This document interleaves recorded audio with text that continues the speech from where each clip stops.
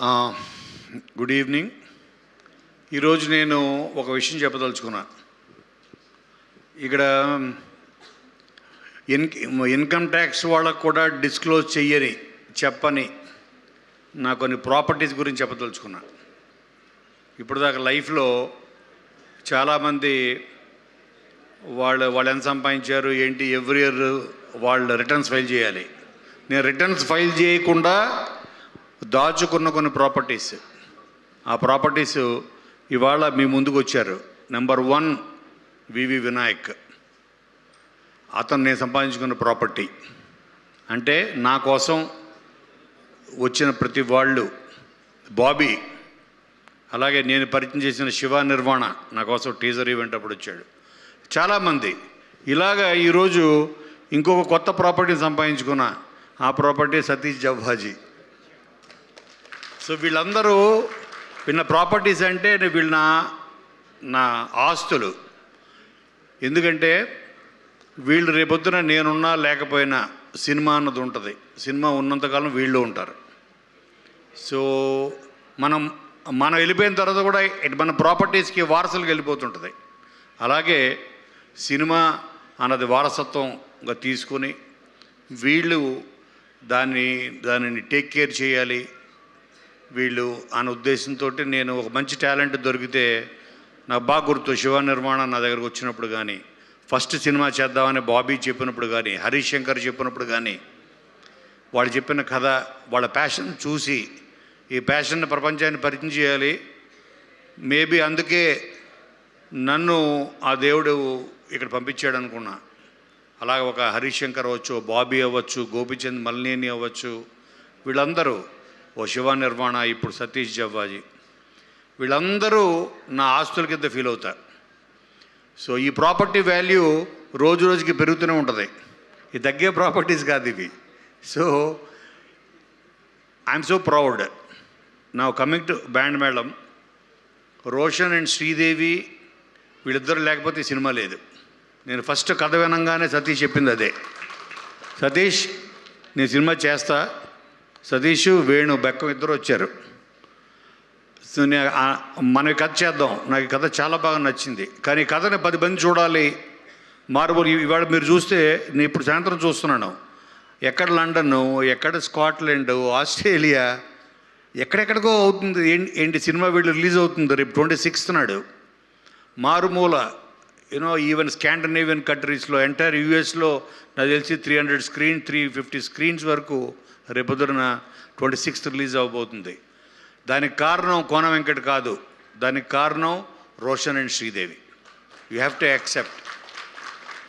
ఎందుకంటే వాళ్ళు కోర్ట్ అన్న మూవీతోటి, వాళ్ళ పెర్ఫార్మెన్స్ తోటి, నాని అన్నవాడు తను చెప్పిన ఒక గొప్ప మాట, మీరు ఈ సినిమా నా కోసం చూడండి, సినిమా నచ్చకపోతే మీరు ఎప్పుడు మళ్ళీ నా సినిమా చూడొద్దు అని చెప్పాడు. చాలా ధైర్యంగా చెప్పాడు.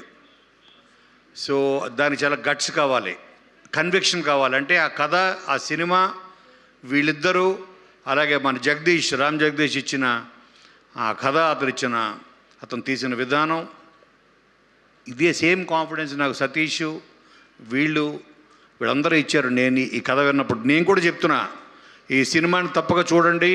ఈ సినిమా మీకు నచ్చకపోతే నేను రాసిన సినిమా మళ్ళీ మీరు చూడొద్దు.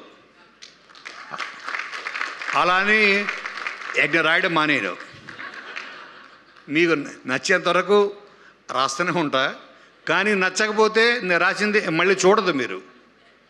సో అంటే ఇక్కడ బాబీలుడే కదా, ఇప్పుడు నువ్వు చూశారంటే చిరంజీవి గారు కోపడతారు పొద్దున్న ఫోన్ చేసి, ఏవయ్యా నువ్వు నెక్స్ట్ రాస్తున్న సినిమా నాదే కదా అని.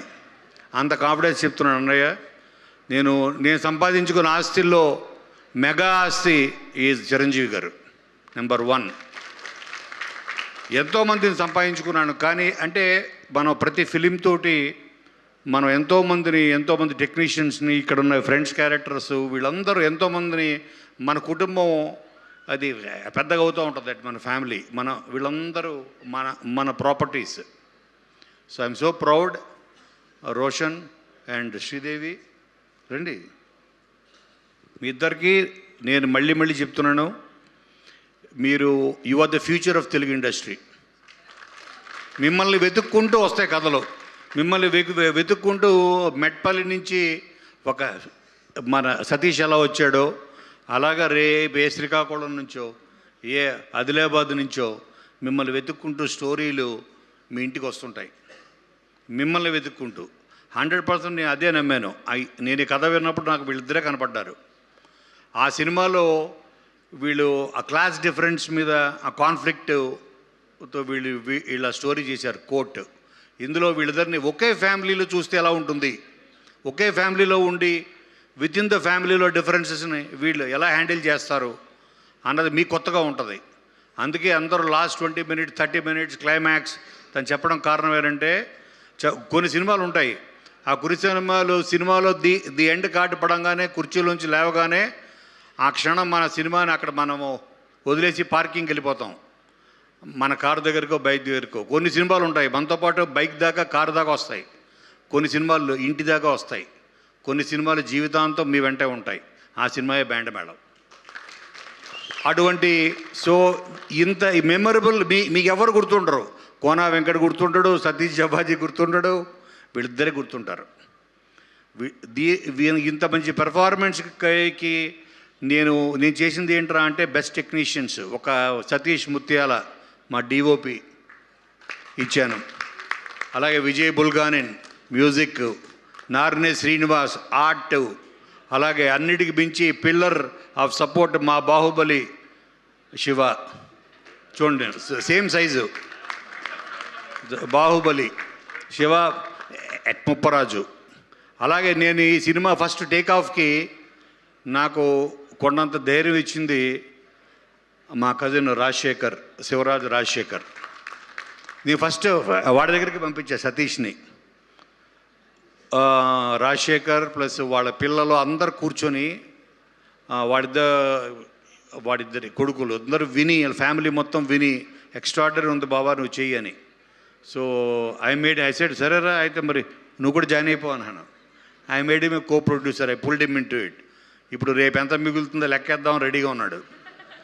సో అందుకోసమే వచ్చాడు. ఏంటి లెక్క అసలు ఏంటి తేలుద్దామని. రేపు చెప్తారా లెక్క నీకు? రేపు కాదు, ఈ సినిమా నెక్స్ట్ 50 days వరకు నువ్వు లెక్క పెట్టుకుంటూనే ఉండాలి. అండ్ వీళ్ళకి డెఫినెట్గా నేను ఇక్కడే ఉన్నాడు మహేంద్ర. సో వాళ్ళని నేను సినిమా స్టార్ట్ అవ్వగానే నాకు తెలుసు వీళ్ళకి ఒక స్టార్స్ అవ్వబోతున్నారు కాబట్టి వీళ్ళకి ఒక స్టార్ మేనేజర్ కావాలని. అందుకే ఆల్రెడీ పెట్టేశాను మహేందర్ని. కాబట్టి మీరందరూ ఆడియన్స్ ప్లీజ్ ట్రస్ట్ మీ. నేను ఇంత జోక్గా చెప్పలేదు. మీకు ఈ సినిమా నచ్చకపోతే నేను రాసిన సినిమా మళ్ళీ చూడొద్దు. అంత మనస్ఫూర్తిగా మనసు లోతుల్లోంచి చెప్తున్నాను. దానికి కారణం కోన వెంకట్ కాదు, దానికి కారణం సతీష్ జవ్వాజీ, దానికి కారణం శివ ముప్పరాజు, దానికి కారణం విజయ్ బుల్గానిన్, దానికి కారణం Sridevi and Roshan. Thank you. Good night.